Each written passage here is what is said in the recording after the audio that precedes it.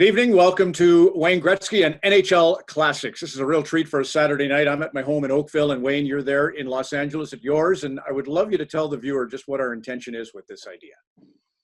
Well, first of all, my hearts and thoughts and prayers go out to all the families across Canada and worldwide. This has been a tough time. We're not trying to replace hockey. Hockey night in Canada is a benchmark of Canadian culture, and we thought we'd relive some hockey games that were fun, exciting, disappointing, and a chance for us to relive some great moments in the greatest sport in the world. One of the nice things you always say is behind every great play, every big game, there's a kid who dreamt of making that play, and there's a story that's his and a story of someone who inspired his story. So your 93 Los Angeles Kings, when you reflect back on all the makeup of that team and the stories, it's a hard question to answer, but how would you describe the 93 Kings? Well, in a nutshell, it was so disappointing because when I was in Edmonton, we were the best team in hockey. We had Messier, Anderson, Coffey, Curry, Fuhr, on, and we were a good hockey club. This team was a team of destiny. Toronto Maple Leafs were probably a better hockey club than we were. Montreal deserved to win the Stanley Cup because they were better than the LA Kings. And I say this to people in earnest, and people in Montreal wouldn't agree. Toronto probably could have won the Stanley Cup. So when you get down to the final three, it's so important that each and every person on that club wants the same ultimate goal to lift the Stanley Cup. So for us to win Game 7 in Toronto and head into Montreal, it was pretty exciting. You won the first game 4-1. You had a goal and 3 assists, and here's what Jacques Demers said about you. Gretzky toyed with us tonight. He did what he wanted. He just toyed with us, so we're not going to find any excuse. It'd be too easy to find an excuse. The Kings deserved the win. They outplayed us. They came in here on a high, and they continue it. So we have no excuse at all. Tell me about Jacques. Well, Jacques was an interesting man, and I don't know if people realize this. In 78, 79, they had a challenge series, WHA All-Star team against the Soviets at that time. And I got picked to play on that team. And I was so excited. I remember we went to a team dinner the night before, and I sat beside Dave Keon and Gordie Howe, and I was like a little kid. I couldn't be more proud and more excited, and they couldn't have been nicer to me. And I'm thinking, well, I'm a kid. I might not play. I might dress. It was a 2-game series. I might play a shift here and there. And the first morning skate, I came walking in the locker room, and the trainer said to me, Mr. Demers wants to say hello to you in the locker room in the coach's office. And I walked in the coach's office, and he said to me, kid, you're going to center the old man and his son. And I almost started crying. And to me, Jacques Demers was one of the nicest people who I ever met. He treated me with so much respect. And that was what was hard about playing the Stanley Cup Final, is that you look across and you didn't dislike the organization, you didn't dislike the fans, you didn't dislike the coach, and that made it really difficult because I had so much respect for everyone who was part of the organization. It was such a time in the game. I mean, you transformed the landscape by Southern expansion, by changing the technology of skates and sticks. Wayne, you did so many things. Here's how we opened the show. Opening day of June, 93. Throughout these Stanley Cup playoffs, the man who set the tone is Marty McSorley. Marty's been mentioned in the same breath as the Conn Smythe Trophy, and tonight he knows the importance of the game. We spoke to number 33 moments ago to ask him about the Kings' approach to the game tonight. Very important because, we were in the Calgary series. We won the first game in there, and we really would have liked to win the second game, and we weren't able to, and it made it into a long, very tough physical series. It gives them a lot of momentum, even going back into our building, and I think that it's very important for us to establish our game here, take it back to our building. If we have a 2-0 lead coming out of their building, you have confidence in your own building, you have your crowd behind you, you have a ton of momentum going back to your own building. That's what we want. he and Gilmore, he targeted Gilmore all through that 7-game war you had with the Maple Leafs. Yeah. So he did have a great series, and he's a flash all through this game as well. And we'll get to the storyline. Okay. Bob Cole, Dick Irvin, and Harry Neal. They had become the soundtrack of Saturday nights. And it's a great thing for you to join him in the booth. Bob loved you and how many sticks you gave Robbie. So you know to be quiet, right? You're not allowed to talk when Bob's doing the game. But we're gonna let you. Here we go. And here we go. Game 2 at the Forum. Before they drop it, little skirmish outside the circle, but it is dropped and the game is underway. Sador shooting one to center. Bellows bumped his man. Here's Muller and Leclerc. Muller, his shot off, escapes. It was Pat Conacher, your buddy, Wayne, took the draw. I should mention he sat next to you in the dressing room. How did that occur? Well, Patty and I were friends from Edmonton in '84 when we won our first Stanley Cup. Patty and I were good friends. He was a third line, maybe fourth line centerman, killed penalties, played hard. And I always used to tease him back in early years. They used to have a tournament in Canada called the Wrigley Cup. And it was for 16-year-old kids. And we were watching Calgary play. And it was on TV nationally. And my dad said to me, if you ever become as good as that number 4, you got a good chance to play in the NHL. And that was Pat Conacher. And so I reminded him of that once a week, that my dad thought he was the greatest player that ever played as a 16-year-old. But, you know, he was just a really good person. He was good for our team. He was a champion. He was a winner, and he worked hard. He wasn't big. He was just, 5'10", but he played with a heart of soul. It's cleared to center ice. Robitaille dumping it in. Sador going off. State change. Chuck went in there. The Canadiens pick it up and get it out over the line to center. And Blake wrapped it back in. Brisebois behind the net. Robitaille giving chase. He shakes him off. Hit the referee as he tried to clear it though. Keane finding Don Foose. In for the ball. Stop. Short side. Rudy out cutting the angle. And the Kings clear it down the ice again. Minute 20 into the first period. Canadiens, the only attacking team so far. And here they come again. But that pass in behind Carbonneau. It's Brunet. Shot it to center ice. Now Carbonneau takes it up to the Kings line. Carbonneau with a pass in there. Nobody could make contact. Sandstrom in on the boards. Kicked it out with his skate. Fires the line. Canadiens keep it in. Carbonneau gets his shot. That missed the net. Ronan in back of the goal. He is bodied into the boards. And Reichel fired one to the line, and Carbonneau stopped it again. Shot it in deep. Ronan is on it.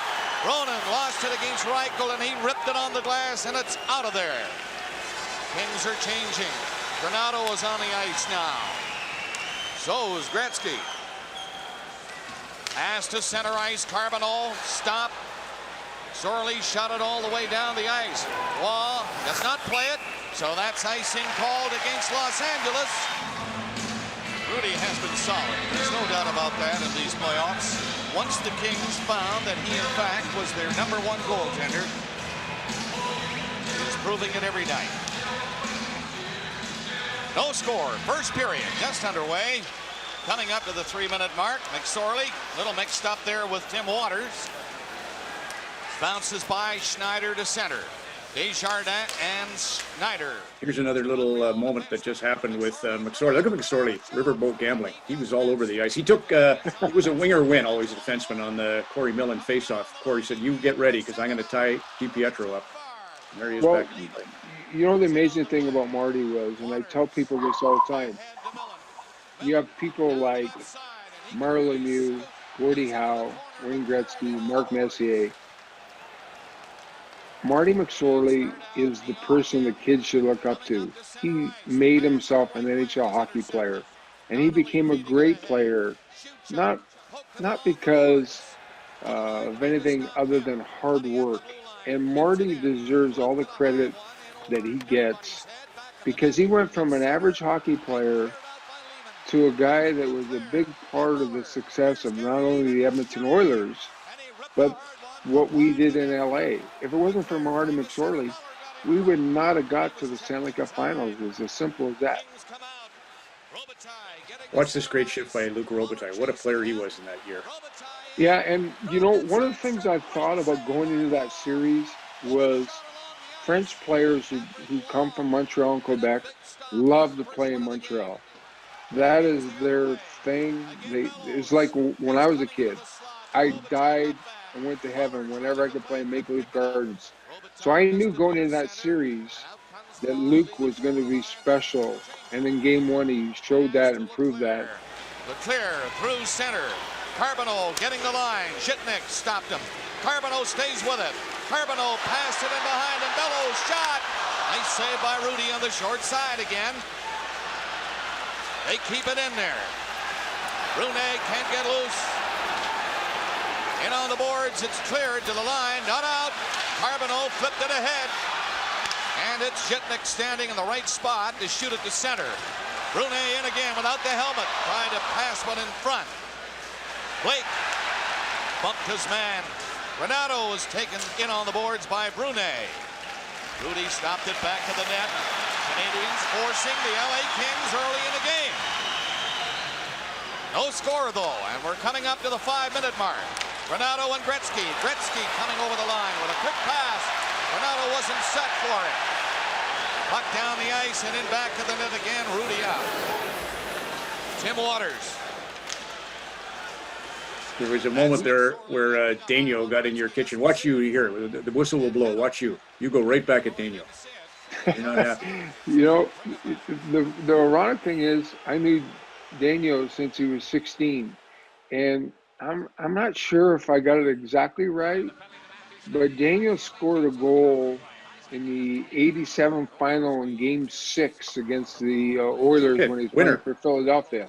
Point shot. And I was so mad at him, so I never got over that. So it carried on into this series. But you know what? He just was a solid player. And I'll tell you something about the series. The teams are pretty evenly matched. There wasn't sort of that Bobby Orr or Merrill Lemieux in this series. It was just two good teams playing hard and both goalies playing well, trying to fight for a title. Watch your patience here, and then I think you take a high shot. And I think he shows it. Watch. You're going to take a shot here. Right here. Look at your patience right there. And then watch him stick it in Robitaille's face. Raw. See?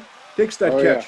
Yeah. That buddy. No. And those are the things people don't see, but you can catch on TV in slow motion. And I've seen that many a time. Patrick was a fighter, and all he wanted to do was win, and so did we. But he was pretty tough. I mean, he only saw 5 shots in the opening period. Obviously, Montreal's up against the ropes here. But yeah, here I think we get another look at it. So I would tell you this, Ron, and I've said this to friends. We started the playoffs. We went to Calgary, 6 games. We started there. Went to Vancouver, 6 games, started there. Went to Toronto, 7 games, and went right from Toronto to Montreal and won game 1. Our hockey club was exhausted, and over the years I've thought about it. I don't think Montreal left their time zone since January 10th or something. And listen, the best team won.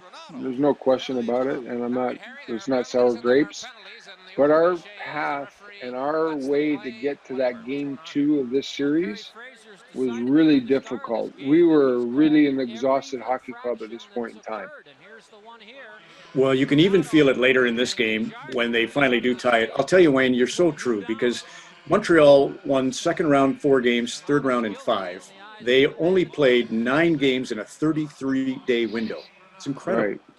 Yeah, no, it was completely different, and we were thrilled with our path because Game 7 in Toronto was such an emotional game. We went the next morning. We flew right to Montreal, had the day off, and I'll never forget this as long as I live. We won Game 1. Game 2, morning skate. Jacques Demers didn't practice, and I remember thinking, because I'm old school, like, how can you not have a morning skate? And they were so fresh and so ready for game 2. And it was a hard game, and we were so tired. And I can be really honest, we were physically and mentally exhausted as a team heading into that third period of game 2. It was very difficult for us.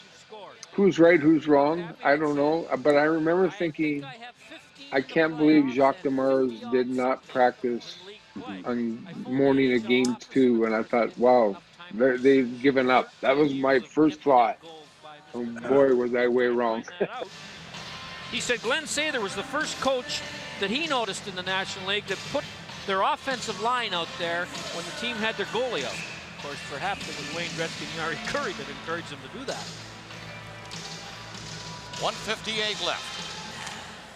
McSorley from the draw, picked it up. Sador gives it to him again. And then Robitaille takes it off the boards in there. Gets it back for McSorley, but he was moving in. The ball racing down there. Sador got back very quickly. He's a good skating defenseman. Sador moving back. Don Foose can't take it away from Marty McSorley. Sador in on the boards. He and LeBeau fight for it. It comes to the line. Desjardins shot. Score! The Canadiens. I think Curry's stick throws Kelly off here. Hate to say this, Yari, but the greatest defensive player maybe of all time. Watch this, Kelly. Yeah. No question. I remember thinking, would I have done anything different had I been on the ice? But as you said, Yuri was as good as any defensive forward who ever played the game. Hey, it was destiny for Montreal. Like I said, they were a better team. I have no sour grapes. I wish we would have won, but they were a good hockey club. Simple as that. And that goal in that scenario changed the whole series.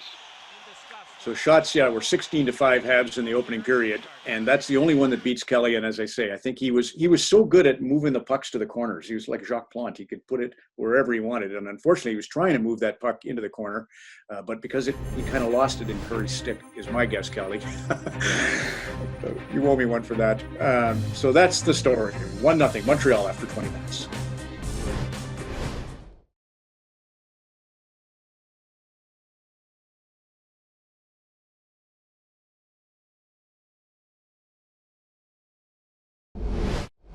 We're enjoying NHL Classics with Wayne Gretzky, and we're going back to 1993. It's Game 2 of the Montreal-Los Angeles series. LA won the first, and now the Habs have a 1-0 lead after a period of play. And I was saying to you, Wayne, Kerry Fraser's the referee, and 10 penalties, 5 aside, a lot of penalties in the first period.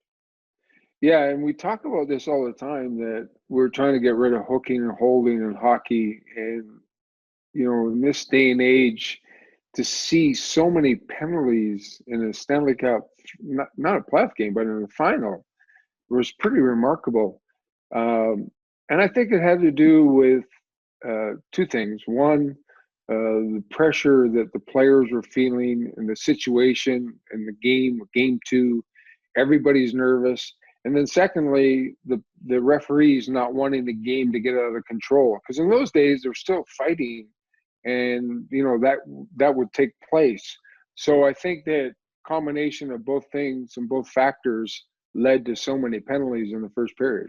You know, both teams had their agitators. One note from that first period, Dick Irvin pointed out the lineup changes. Denny Savard comes out, and it was an emotional thing to have Savard try to hoist the cup, right? And they replaced him with Mike Keane. And I think you thought that was a pretty significant lineup. Oh my God. I'm glad you brought that up, because I thought, and listen, Danny Savard and I are best of friends, and could have been one of maybe 2 or 3 other guys that came out of the lineup.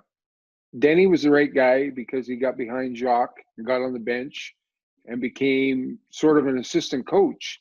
And in those days, there wasn't a lot of assistant coaches. Today, we have 4 or 5 assistant coaches on every team. So Denny became an important part and a factor and had a role on that team during the games and probably during practices.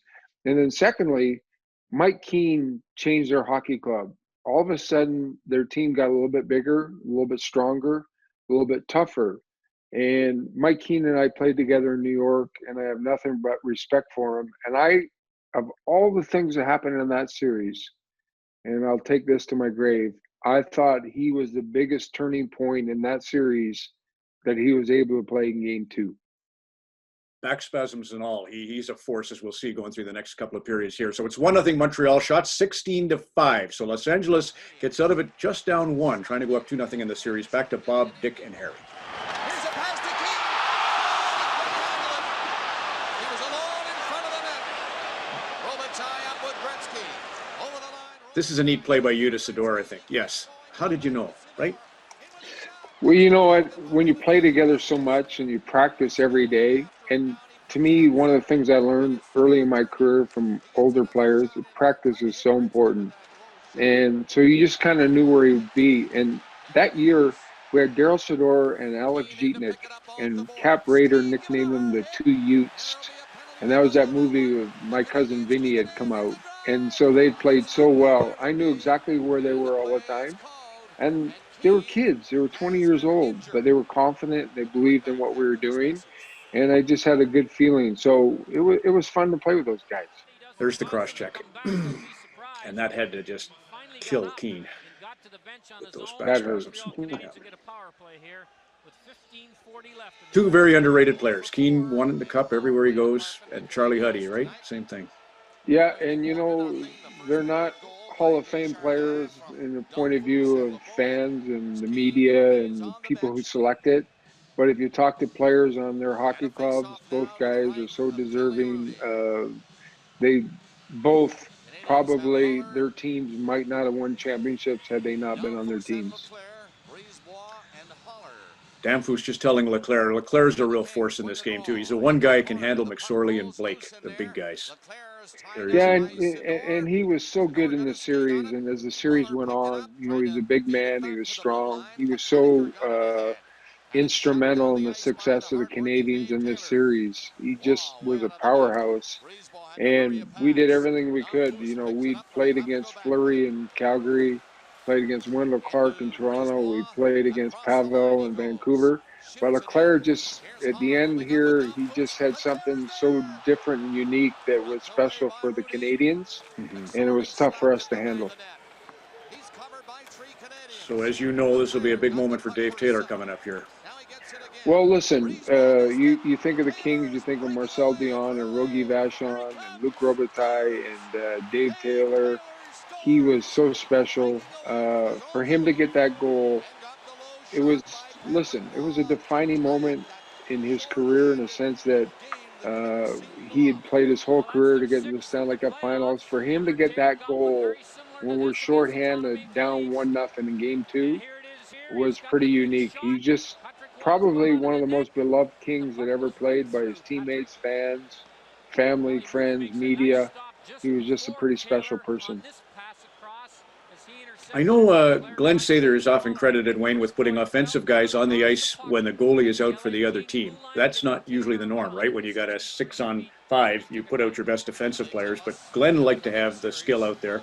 Same with, I don't even know if you know where the penalty killing idea came to have you or offensive players like Dave Taylor was a Triple Crown line guy. Also defensive good, but yeah, but as time went on, David became more of a defensive player as he got a little bit older. He was probably him and Yeri, probably our best two defensive wingers on the hockey club at that point in time.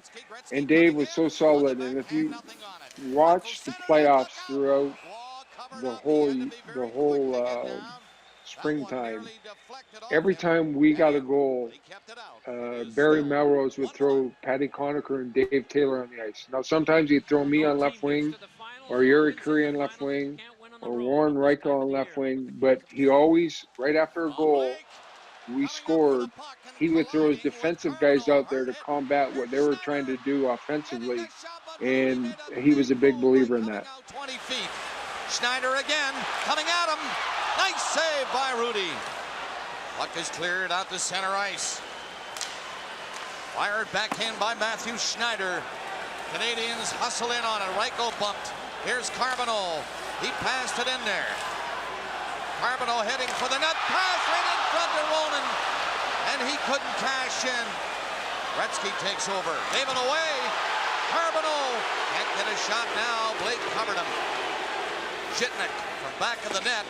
Tossed it ahead. Reichel given a bump. But Gretzky is floating down that right side. Sandstrom coming in. Sandstrom took a weak shot. Easy save for Waugh. 1-1 the score, nearing the 9-minute mark of the second. Keane on the ice again, and he just did get out of the way of Miller. Good forechecking down. Foose. Stop by Rudy. Didn't know where it is. He was looking around. He thought it was in his glove. It was just Fantastic save by Kelly there on a real howitzer from Vincent Yeah, Danfus. and that's the thing about the playoffs was, listen, Patrick Waugh is Patrick Waugh. One of the, arguably Brodeur, Sacha, Fuhrer, Waugh. Kelly Rudy stood his ground. He played so well for us throughout the semifinals and the finals. He was a big reason why we were able to stay in this entire series.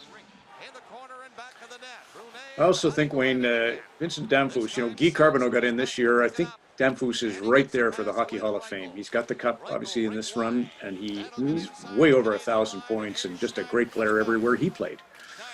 Yeah, and listen, and Guy and I are good friends, and I used to say this all the time. He was such a pain in my butt. He just played hard, played solid, and Vinny Danfus was such a smart hockey player. He's one of those guys. He was kind of like Serge Savard as a defenseman, as a forward. He just made the right plays. He wasn't Brett Hull. He wasn't Mike Bossy. He wasn't flashy, fancy, Mario Lemieux, Wayne Gretzky.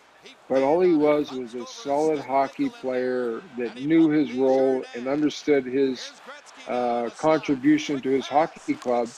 And he was a huge part of the success of this team. There's no question about it. And I give Jacques Demers credit. He really relied on his players, from Kirk Muller to Mike Keane to Vinny Danfus. They played hard. They were a good hockey club. Simple as that. Waugh stopping Sandstrom twice. Here's Danfus now with Kirk Muller. Danfus in there. Great save by Rudy. Now she's opened up, and Gretzky comes right back with Sandstrom. Sandstrom will drop it up the line, but Gretzky had gone in. A couple of superb stops, one at either end. The two Montreal defensemen, Schneider and Odeline, let Sandstrom go to the net alone, and Gretzky feathers a pass to him. Patrick Waugh had to make two stops. Kelly Rudy on the ensuing rush had to make an excellent stop right here as Danfus cuts into the middle after faking Huddy to his feet. So there you see the end of the second period. It's a 1-1 game. This is an absolutely crucial moment in the series. The Los Angeles Kings, if they can somehow duck out of the form with a 2-0 series lead, would be in the catbird seat. The shots after two periods, 28-14 for Montreal. So you know how good Kelly Rudy has been.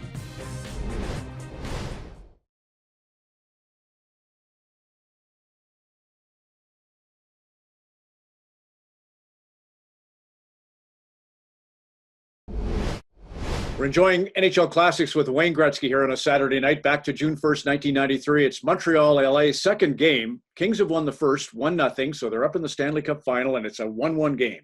And Wayne, I understand that you actually spoke, which is not something you did a lot, but you spoke to the team. I was a captain that really didn't stand up and give speeches. That wasn't my thing. My sort of forte as a captain was to go to guys individually and say, hey, listen, we need this out of you, or we got to do this. But after that second period, I stood up. It was one of the only speeches I gave in a long time. And I told our players, I said, we're tired. We played a lot of hockey, and it's hard to play on the road in Calgary, 6 games, go to Vancouver, play 6 games, go to Toronto, win game 7, and go right from there to Montreal and play game 1 of the finals and win game 1. And here we were 1-1 after 2 periods. And I said, if we win this game tonight, we go home and we're going to win the Stanley Cup. I'll never forget, as long as I live, God is my witness. I turned to Luke and I turned to Marty and I said, they're going to check your stick. Is your stick's okay? And both of them looked at me and said, we're fine. We got it handled. And in those days, the curve was a thing. And guys would have different sticks. So at different times of the game, they would get away from their curve. And ironically enough, they were going to check either one of the 2 players, from what I understand. And unfortunately, Marty forgot to change his curve. And that was obviously the difference in that particular game and maybe the series. I should mention, Wayne, Kirk Muller's going to join us after the conclusion of the hockey portion and can talk a little bit about him and Carbonneau and what they knew or didn't. One thing on this I'd love to ask you. I understand Glenn Sather used to always keep the key to the visiting locker room. Do you know about this? 100%. We were new, the LA Kings, to the Stanley Cup Finals. We're new to the Oilers, and you go 5 times in 6 years, you get a feel for what's going on. And one of the things I had talked about heading to Montreal was we need to hire somebody and walk the locker room. And listen, I'm not saying that Montreal did anything illegal, but our locker room was open. I think there was an understanding and probably a know of whose sticks were legal and whose weren't legal. But listen, at the end of the day, it was our own fault. Had we not beat Toronto without Marty McSorley, it would be a different story, because in the Toronto series, Marty McSorley and Wendell Clark were such men and played so courageous. So it was so disappointing because without Marty, we would not have got the Game 2 of the Stanley Cup Final. As simple as that. This is one of the amazing moments in Stanley Cup playoff history you're about to see. So we foreshadowed, obviously, the late development. Let's get back to Bob Cole, Dick Irvin, Harry Neal in the third period. 1-1. LA just needs this goal and this game, and they've got the stranglehold. That one break, where the Canadiens keep coming at them, and they're in there again. Dion, the pass though was way behind Lehman. Kings get it out. Taylor comes up. 3 of them are on this rush. Conacher in with Granato. Conacher waits to Granato behind the net. He's out front trying to ram it in. Waugh got enough of that. Taylor tried to tuck it in. Loose puck. Score! Conacher got the backhander, and the Kings have taken a 2-1 lead. Well, Conacher didn't even know he scored it, Dick. He backhanded. And look what's just happened. This is a crazy play, kind of a broken play, and Pat Conacher, your stallmate in the dressing room, puts it home to make it 2-1. Yeah, and listen, there was nobody in our locker room that was respected more than Patty, Dave Taylor, and Charlie Huddy. And for him to get that goal, and he wasn't a great goal scorer. He was one of those guys who just worked hard every night. So when he made it 2-1, I remember sitting on the bench thinking, wow, we're going to lift the Stanley Cup. We're going to go home. We're going to win this game. Somehow Kelly's playing so well. We're going to figure this out. We're going to go home up 2-0. And I don't care who you are. You could be the 85 Oilers or the 82 Islanders. It's tough to win 2 games on the road when you're down 2-0. The Canadiens move the puck over the line, and Keane worked it back. Quick shot, didn't get too far. Gretzky back up to center, races in. Here's a pass to Sandstrom. He centered it. Reichel is tied up by LeBeau. Puck loose, and LeBeau saw it. Quick pass gets out to Keane. Keane comes up with Dino. Dino over the line, and Jitnik will stay with him. Carries him in on the boards down there. And it's Gretzky again coming out. Had to back off from Brisebois, who wanted to nail him. He saw him in time, though. Gretzky takes a look around, saw Brisebois coming again, and backed away from him. So Brisebois with 2 chances and going after Gretzky. But Gretzky saw him all the way. So Waugh just slides back a little bit, and he wants that's Leclerc over to get a message from the coach, Jacques Demers. And the Canadiens have 6 skaters on here now. Here's the stick measurement. A stick measurement has been called. It's the stick of Marty McSorley. Harry, did you ever get a measurement on Kelly Rudy's stick? I heard you last week. But I think if you measured the length of his goal stick, you might find it illegal. And I also mentioned that Jitnik's and McSorley's stick look to be close to illegal too, and they're now going to take a look at McSorley's. It's a 2-minute penalty to LA if it's illegal, and it's a 2-minute penalty to Montreal if it's fair. It was so devastating because had it been not for Marty, we wouldn't be in this situation. And we wouldn't have been there. He was so good against Vancouver and Calgary and Toronto. And I just remember thinking, my gosh, this isn't fair. This isn't right. But those were the rules back then. And like I said, There's no sour grapes. The better team won the Stanley Cup that year. It's just sad. I wish I would know the outcome without the curve stick. You know, a couple of things about this. First of all, you can't call that penalty in overtime. So if he'd been able to get it to OT, they could have played. So I came in the locker room, and the locker room is divided, changing room, locker room. And I went over to the change room after the third period, and I was so devastated. And Tony Granato came over to me and said, Gretz, you're the captain. You got to get back in here. We got to win this game. And I remember thinking, okay, you're right. I came back in. I sat down, and I said, listen, okay, it's 2-2. We can win in overtime. And Marty was the one who said, you know, Wayne, they can't check for curve sticks in overtime. And the whole room erupted. It was kind of a fun moment. It was kind of took all the pressure off of us. It is what it is, but I'll never forget he said that. It's classic for sure. Yeah. You saw Tony Robbins there. I was thinking there's a job for Tony Robbins to get into the Kings and try and. And I thought I knew every rule in the hockey. I didn't know that rule until Marty told me. That's funny. The other side. Don't forget the Kings can take a chance and shoot it from anywhere. As they're short-handed. Muller back of the net with it. Blake in there, hit his man. Desjardins ready. Schneider ready. Desjardins, no shot. On the outside. Desjardins shot. Score! They have tied it.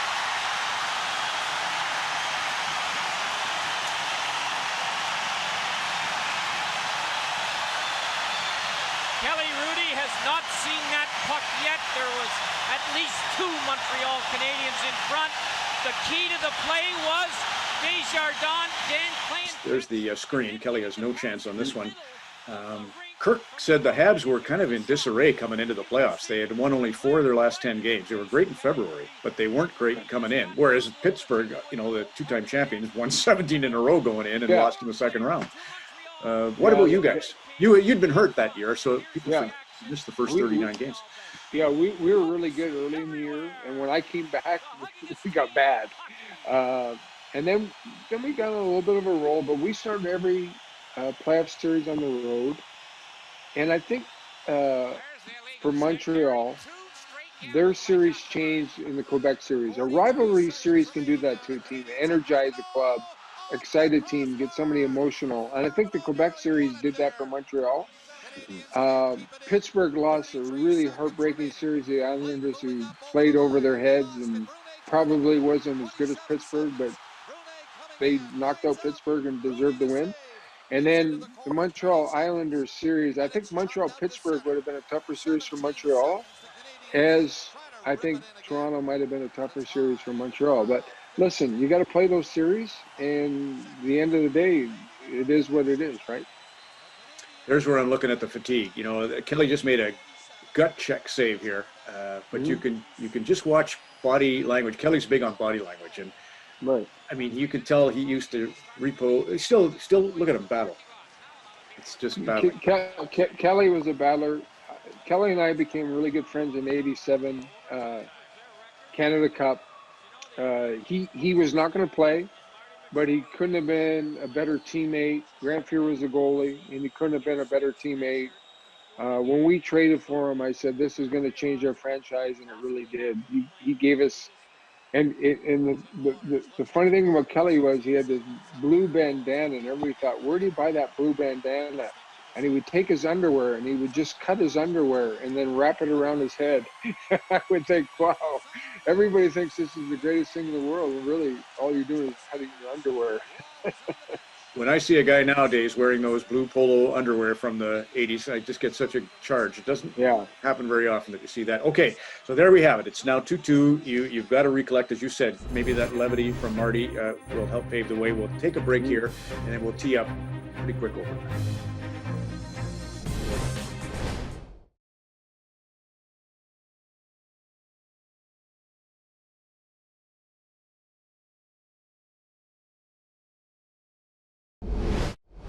I do want to get this one final stick story in, Wayne. I think you think I'm crazy, but Patrick Roy used the same goal stick for all 20 games, and Patrick was fanatical about a lot of little details. He had that. Pierre Gervais would shellac it with fiberglass down in the final to make sure it held up for the remaining games. I was saying to you, obviously Kirk and Guy and Jacques knew about Marty's stick. Had you known about Roy's stick fetish, would you have gone and tried to break it or throw it in the stands or do something to throw him off? Yeah. I don't think so. I think a goalie stick is a little bit different. I mean, really, it's a paddle that you put in front of you, and he was such a great athlete and one of the greatest goalies who ever lived. I don't think the stick was a big factor. That was probably more mentally in his mind. We probably wouldn't even have thought about it. And I know myself, if I'm playing against Patrick Roy, all I'm trying to do is score. I don't care about the paddle he's got or the glove he's wearing or the catching glove he's got. I'm just trying to score. Yeah, he called his catching glove Charlotte. He was a superstitious goalkeeper for sure. One other thing about Roy, do you think, I always thought that when Dominik Hasek beat you in the shootout in Nagano, it was the greatest shootout goalie or breakaway goalie versus the greatest overtime goalie, Patrick Roy. Had it been sustained overtime, do you think you'd have won in Japan?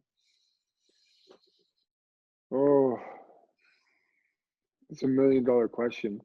I would tell you this. When we were sitting on the bench, I'll never forget as long as I live, I was sitting beside Brendan Shanahan and Steve Yzerman. We didn't know that it was only X amount of minutes for overtime. We thought it was you play overtime till somebody wins. We didn't know. It was an oversight on everybody's part. It was just one of those things that maybe management knew and coaches knew, but the players, we didn't know. So as we got deep into that game in overtime, we could sense that the Czechs were just staying back and dumping it in and playing for a shootout. So had we played complete overtime, I would say this, that the NHL players are more accustomed to playing until somebody wins. So from that point of view, it would have definitely worked in our favor. As far as the goalies go, they're both great goalies, and who knows what would happen. All right, Rudy versus Roy. It's overtime. Game 2, June 1st, 1993. Gretzky starts overtime against Guy Carbonneau. Carbonneau won the draw. Desjardins, who has scored 2 of the Canadian goals, is up there with a shot. Oh boy, and Rudy had to jump quickly to get the blocker on that one. Here's Gretzky taking the pass, and he can't find it. Now he does, and gets over center. There's Sandstrom open. Sandstrom trying to beat Schneider. He went in there and ran into the net. Schneider hit the far post. Big play by Schneider there. Huge play. Schneider played really well. Yeah, I keep thinking he's Shane Corson. Throws me off every time I see 27 Montreal. But anyway. And Desjardins, this minute is otherworldly. He's already got 2 goals. You saw he had that long shot, but watch what's coming from Desjardins. Not just the goal, but the shift. Came off, whether it went in off somebody or what happened. Well, there's the play. And that puck didn't go over the line, and the net was off, and there's Fraser right in the right spot to make that call. And now these face-offs in end zones become that much more important in overtime. This time, it's the Kings with a draw. Sandstrom can't get a shot, though. He did work his way out in front. Gretzky trying to get it loose. Here comes Schneider pinching in. Shot it back in the net to Gretzky. He got it out there, and Sandstrom is upended. Gretzky went after it. The Canadians trying to get it out. Carbonneau does. 2 of them. Ronan coming up there. Brune carries in. Ronan in front of the net. And a shot. Desjardins following the play, and he missed on the short side. Here he is again. Scores. Desjardins! And the Canadians win in overtime. His 3rd goal of the game. And the series is a brand new one.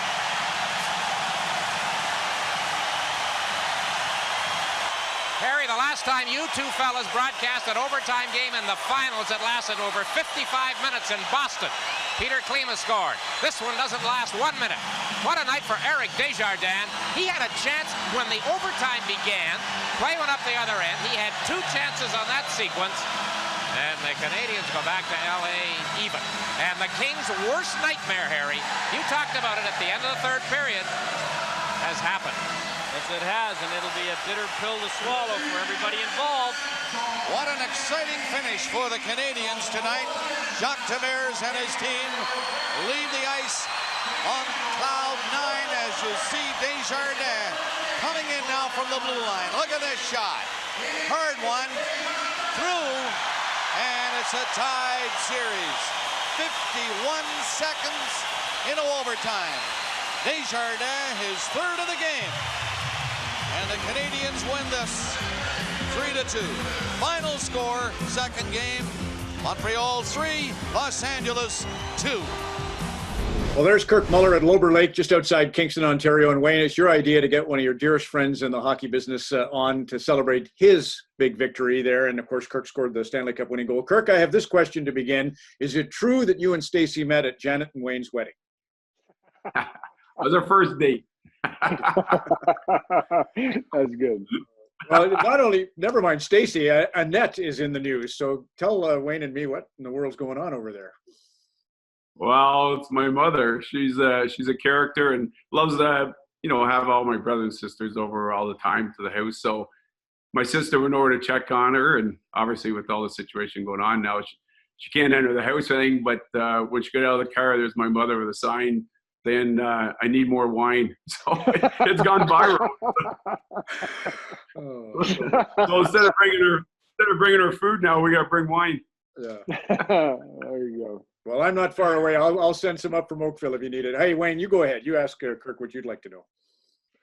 Well, listen, first of all, your family's safe, and that's great to hear. And we're just talking about the 93 final. And I just wanted to know, everybody talks about the series, the overtime goals, the stick. But as I said to Ron earlier, how important Mike Keane was coming back to your lineup. Yeah, you know what? He was a perfect example of why that team won the cup that year. We felt we were a team that was like built on numbers, and we were a four-line team. We had 6D. Obviously Patrick did his role in nets and that, but you don't win Stanley Cups without the guys like the Mike Keanes. You look at LeBeau, names that people might not remember at certain times, but you look in the playoffs that year, we got a lot of scoring from different players. Paulie DePietro, guys like that. And Keener was the guy that gave us that solid two-way type hockey. He was physical. How hard he played. And he was injured, and that was a tough loss for us. But coming back, it was like a double bonus for us, because it was tougher to see Savvy go behind the bench, but he had such a positive attitude that he went behind the bench and reinforced that with us, with the players playing. And then you got Mike playing on the ice, playing physical, playing his game. So it was just a group of guys we had. Everyone, played for each other, and that was the strength of our hockey club. Was it true you were going to call the stick measurement back when LA had a 5-on-3 earlier in the third period, before he actually called it late in the game? Yes. And listen, you guys, it was. I didn't know that.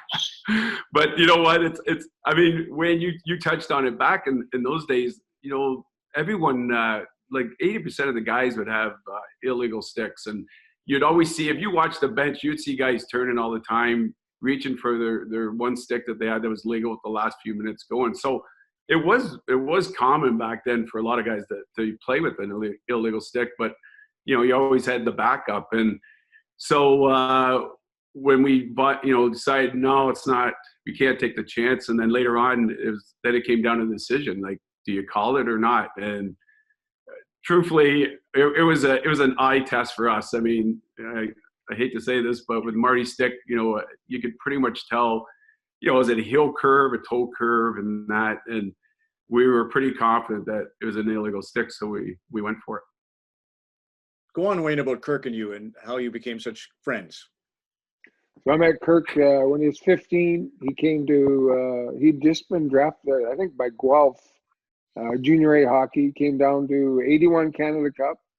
We became friends then, and then he obviously had a great career, went to New Jersey, ended up with Montreal that year. And I remember thinking after game 4 when we were down 3-1, thinking how hard they've been battling, how hard we've been battling.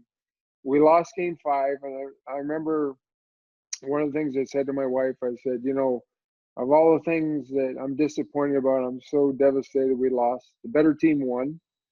But I'm so happy that Kirk got to lift the Stanley Cup because, as you know, there's no better person in hockey and in life.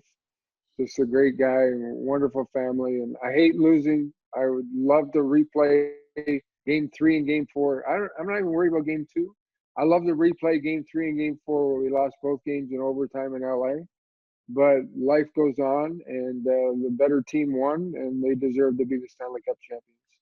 Okay, let's close it. I'll just say, Ed, you know, Wayne always says, Kurt, that his talent is probably God-given, but he says it's Wally-given. He always gives his dad credit for it.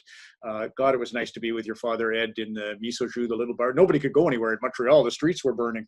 So your dad and you and Don and everybody, we just celebrated for a while. And I bet you think about Ed all the time when you think about that series. Yeah, well, I mean, Wayne's always looking out for people in class. I remember at a tough press conference after the game. You know, I mean, you know, in that situation, I remember him looking over and seeing my dad and I. You know, I was going to get interviewed right after that, and I was with Eddie, and you know, Wayne just said, "Hey, listen, it's not my time. It's Kirk and Eddie. So you take the podium now." And you could just see my dad. He was just, you know, ecstatic. I mean, it was so much fun. But the riots began, unfortunately. But again, you don't plan a party and think, hey, if we win tonight, we're going to do some. So we had nothing planned. We didn't know what to do. And it ended up, as you know, we went upstairs and Rocket was there and yourself and everybody, the Montreal alumni. And it ended up being the best time because we just stayed there and had hot dogs, pizza, and beer. And what more do you want after winning the Stanley Cup? So it kept us all together and kept the great memories. So I'm glad my dad was a part of it and was able to take part. Last thought to you there, Wayne. Listen, the game of hockey is a great game. A lot of wonderful memories and stories, and we all love to win. We all hate to lose. But it's always nice when good people win, and Kirk and his family are some of the nicest people ever. And I hated losing, but if there's anybody that I enjoyed losing to, was to Kirk and his family. So, you know what? It was a great series. The better team won, but I'm so proud of our club because we played so hard. Thanks, Kirk. All right. Good seeing you. Yeah, it's good seeing you too. Thanks, Ron. Thanks, Wayne. That's Wayne Gretzky, NHL Classics. The Montreal Canadiens win the Stanley Cup 1993, the last team in Canada to carry the cup.